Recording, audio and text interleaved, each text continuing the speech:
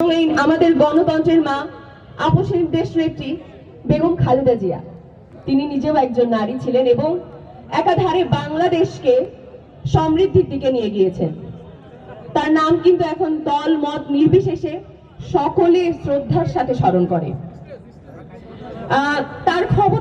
তিনি যখন ক্ষমতায় ছিলেন তখনই কিন্তু নারীদের জন্য যে উপবৃত্তি ব্যবস্থা সেটি কিন্তু সেই সময়ে চালু করা হয় এবং তারপরেতে এখনো কিন্তু সেটা চলছে।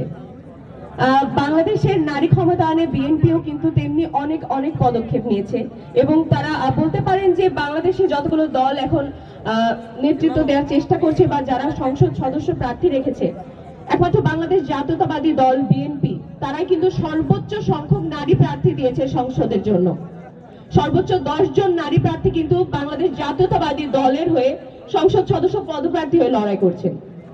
এবং এই সংগ্রাম কিন্তু যেমন আমাদের নারীদের শুধু তাই নয়, এই তরুণদের জন্য দক্ষ যুবশক্তি তৈরির জন্য কিন্তু বাংলাদেশ জাতীয়তাবাদী দল অনেক অনেক পরিকল্পনাগুলো নিয়েছে, যেমন হাইটেক পার্ক, বিশ্ববিদ্যালয়ে ফ্রিল্যান্সিং, আউটসোর্সিং